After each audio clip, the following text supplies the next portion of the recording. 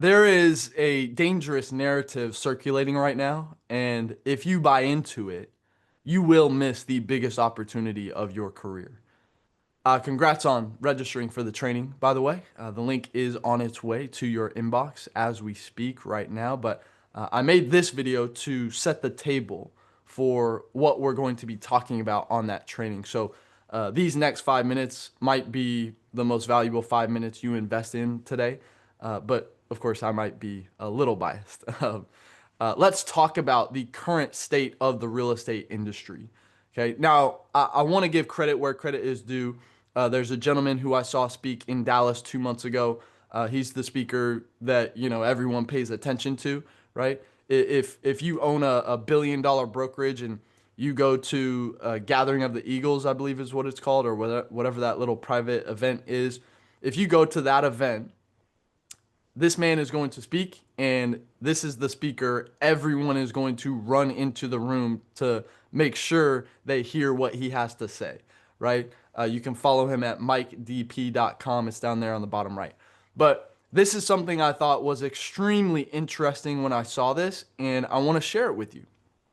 This is a graph that represents the trajectory of the average buyer agent commission fee over the course of the last year after the NAR settlement happened, right?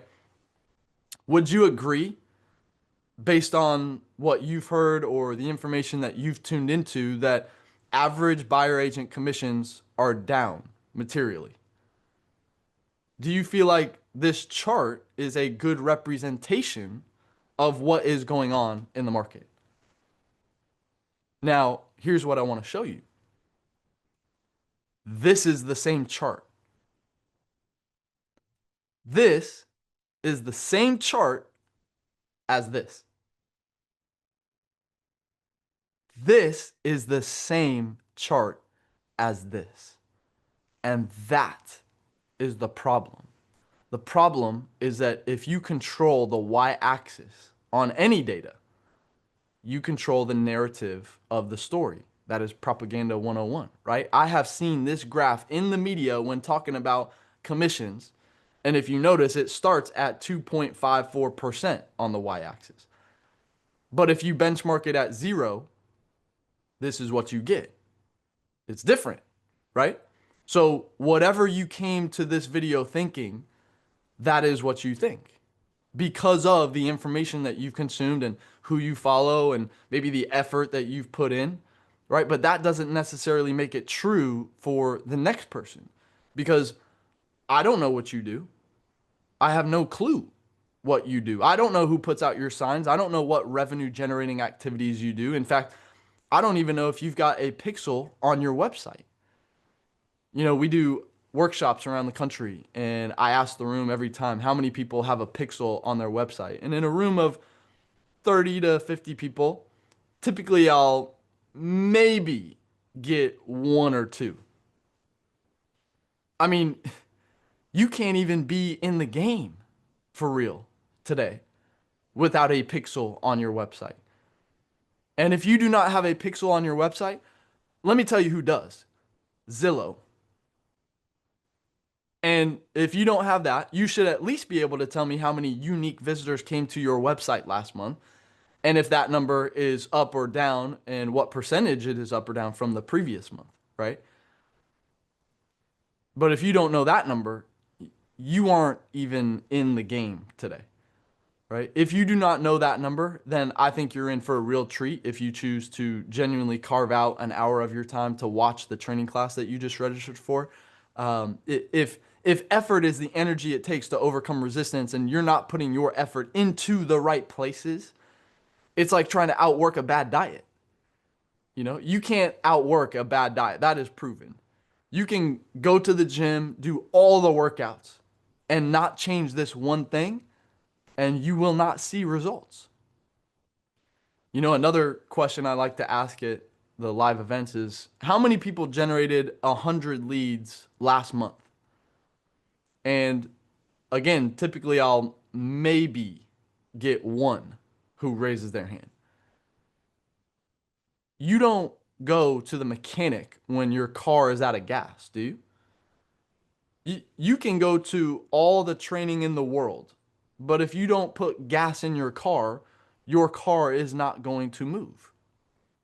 You see, what happens is there's a story and a narrative that we create in our mind. This is the actual commission pool, meaning all of the total commissions available and earned over the course of the year.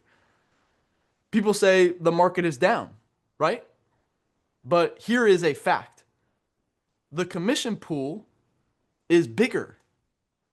The market is up over $13 billion compared to 2019, just before COVID. What that really means is people are making more money today than they were in 2019. Now, the transaction count might be down a little bit, sure, but would you agree that the average transaction price of a home has gone up? And do we get paid a percentage? Yeah. So, said differently, people are getting paid more to work less. That's called a raise, right? Let me tell you a quick story. My buddy Michael used to sell in the Colony, Texas, and he hired a guy named Leon with IMS Statistics, paid $1,800 for a guerrilla warfare package, and the conclusion was if he focused on Frisco instead of the Colony, he would be doing the same work but getting paid more because not only was there more opportunity, but the average transaction price was higher. And so he strategically made that move. And if you know anything about Frisco, Texas, you know that was a smart move, right? You see, if you have two $100 bills, are they the exact same value? Yes or no? That's not a trick question. The answer is yes. Okay, but if I put one on the table right in front of you and I put the other one in Croatia and I say you can have whichever one you want, which one would you rather have? Well, you're going to take the one right in front of you because the energy and effort it takes to go get the one in Croatia is not the same value because you have to spend time, energy, and effort, right? So although they perceive to be the same value, they are not the same value. Peter Drucker, the Dean of Modern Management, says you're supposed to do the right things and do them right, but most importantly, do them in the right order. Also known as prioritization, or as Gary Keller reframed it as the one thing. However you want to say it. At the end of the day, every person who ever watches this is either doing the things they're supposed to be doing or they're not. You know, think about any business that came in and said, listen, we're going to increase revenue from 73 billion to 86 billion, a 17.8% growth, right? If you got a 20% increase while working less, well, that's what's going on. And I'm projecting that we are going to have an unbelievable 2 to 3 year run, and it's going to start. And by the time it starts, you either have a pipeline or you do not. And if you're on the fence when things start to go, if you're just starting at that point, hopefully you remember this presentation and I held up the Star Trek long live and prosper hand signal, and you're going to know in your heart that you started too late. And so I've got a question for you. This is homes.com. Who owns homes.com? CoStar, right? CoStar is the big dog in the apartment complex space. You know, a subscription is ungodly amounts of money. I met with one of their sales guys once. Okay. What about Rocket Mortgage? Are they big?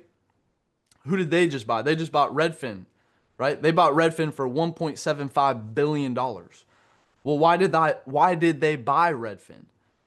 Well, they did it for the leads, right? Redfin had a consumer-facing platform. Now, how much does Rocket Mortgage spend a year in marketing? More or less than Zillow, right? If you think Zillow is big, okay, Rocket spends more, like 3 times more, 900 million. Zillow's only spending about 300 million. So what just happened is two of the biggest dogs in the game who can monetize a transaction got into the game. Has Zillow impacted real estate at all? Right? Zillow surpassed the word real estate on Google. That means when people think real estate, they type in Zillow before they type in the word real estate. Win the consumer, win the game. Now, this may not be your problem, but teams have this problem. You know, Zillow ran into this problem when Zillow gave the leads to the agent wouldn't call them every time, right? Imagine you walk into Chick-fil-A and you went to order and there was no one there. You're looking around, is anyone here? And you just stood there. Now, eventually, you'd probably start hollering, "Hey, is anyone gonna help me?" Right? If someone does not take your order, you expect someone to be there. In real estate, someone calls in on a home, and this is just facts. We've done it on stage. People do not answer the phone.